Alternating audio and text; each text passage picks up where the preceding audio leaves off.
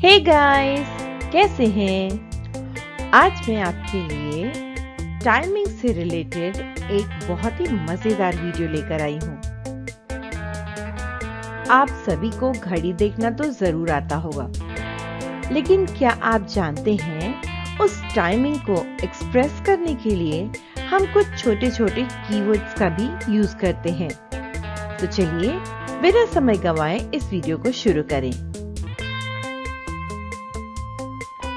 तो क्या आप जानते हैं इन कीवर्ड्स का यूज हम कब और कहां करते हैं?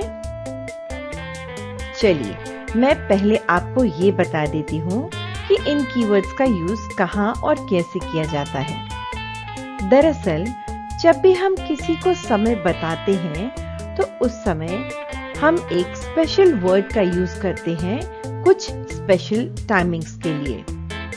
एक एक करके मैं आपको हर एक टाइमिंग के बारे में जो स्पेशल वर्ड यूज किया जाता है उसके बारे में बताऊंगी। तो चलिए अब हमारे सामने है हमारा सबसे पहला टाइमिंग शॉर्टकट कीवर्ड जो हम यूज करते हैं +15 मिनट्स के लिए। It means we use this timing for quarter past timings. ऐसे समय के लिए हम यूज करते हैं हिंदी में सवा, यानी किसी भी समय को बताने के लिए अगर उसमें 15 मिनट और जुड़े हुए हैं तो हम उस नंबर के साथ सवा ऐड कर देंगे।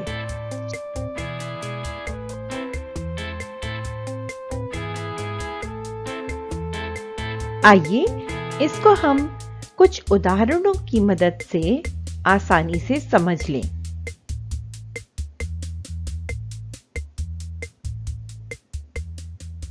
$9:15 जिसको हम हिंदी में कहेंगे 9:15।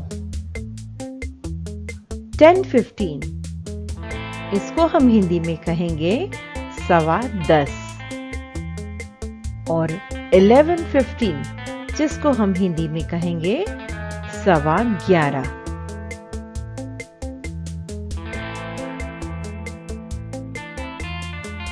आइए अब हम अपने दूसरे हिस्से के बारे में जानें जो हम यूज करते हैं +30 मिनट्स के लिए। So this section we use for half past timings। इसके लिए हम हिंदी में यूज करते हैं साढ़े। एक बार शब्द को दोबारा से रिपीट करें मेरे साथ, साढ़े। ऐसी टाइमिंग्स को एक्सप्रेस करने के लिए हम उस टाइमिंग के साथ साढ़े शब्द को जोड़ देते हैं।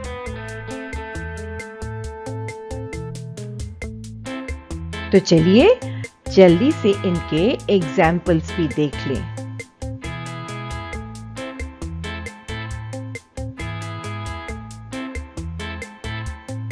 $5:30 जिसे हम हिंदी में कहते हैं 5:30। 6:30 which is called 6:30। and our last number is 7:30 जिसको हम हिंदी में कहेंगे 7:30।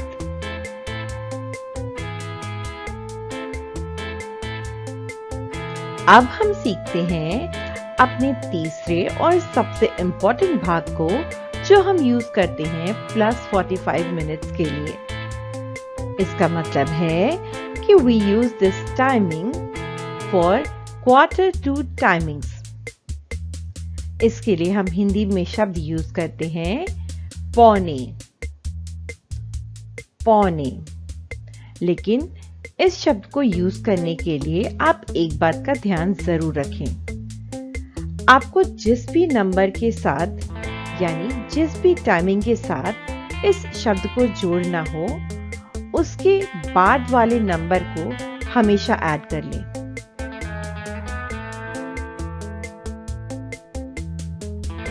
चलिए अब बहुत ही आसान तरीके से मैं आपको ये समझा दूं कि इस टाइमिंग को हम कैसे यूज करते हैं।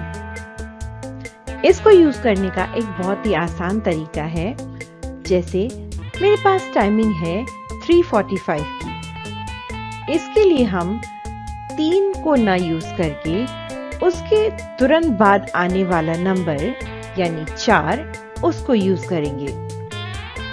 इसका मतलब 3:45 के लिए हम यूज करेंगे 3:45।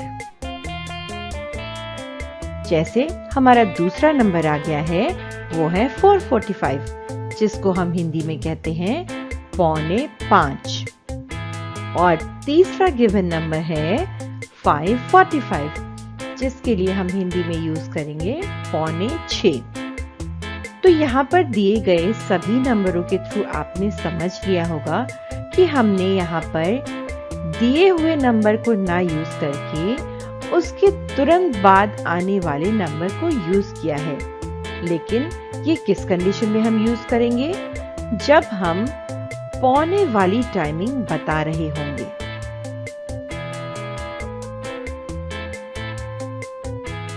आइए अब बिना समय गवाए 2 और डिफरेंट टाइम वर्ड्स के बारे में सीख लेते हैं। चलिए इनके उदाहरणों की मदद से इन टाइमिंग के बारे में भी सीख लें। इनमें से पहली टाइमिंग है 1:30, जिसे हम हिंदी में कहते हैं 1:30। और दूसरी टाइमिंग है 2:30, जिसे हम हिंदी में कहते हैं 2:30। आप इस बात को हमेशा याद रखें कि 30 वाली टाइमिंग का कीवर्ड इन दोनों टाइमिंग्स के लिए नहीं यूज होगा।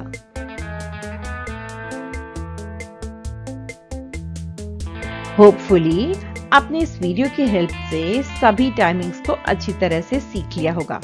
तो चलिए कुछ प्रैक्टिस भी कर लेते हैं। अभी आपकी स्क्रीन पर कुछ टाइमिंग्स आने वाली हैं। उन टाइमिंग्स को ध्यान से देखिए और मुझे कमेंट सेक्शन में लिख दीजिए कि इन टाइमिंग्स को हिंदी में क्या कहते हैं। सोचिए सोचिए। अगर आपको इसका सही उत्तर पता है तो जल्दी से मुझे कमेंट सेक्शन में लिख दीजिए। सही उत्तर देने वाले लकी सब्सक्राइबर्स का नाम मैं अपनी अगली वीडियो में जरूर दिखाऊंगी। तो देर किस बात की, जाइए जल्दी से अपना उत्तर कमेंट सेक्शन में लिख दीजिए। So guys, now it's time to learn about some abstract timings. आइए अब इस टाइमिंग के बारे में कुछ एग्जाम्पल्स की हेल्प से समझ लेते हैं। हमारी पहली टाइमिंग है 2:18, जिसे हम हिंदी में कहेंगे 2:18 हुए हैं। हमारी दूसरी टाइमिंग है 8:36, जिसे हम हिंदी में कहेंगे 8:36 हुए हैं।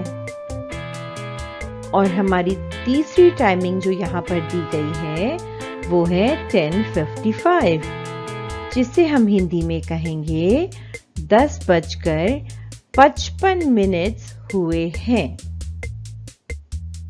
क्यों? समझ में आया? मुझे पता है आपको इन नंबर्स पे थोड़ा कंफ्यूजन होगा। इन सभी बड़े नंबर्स को सीखने के लिए इस दिए हुए लिंक पर तुरंत क्लिक कीजिए।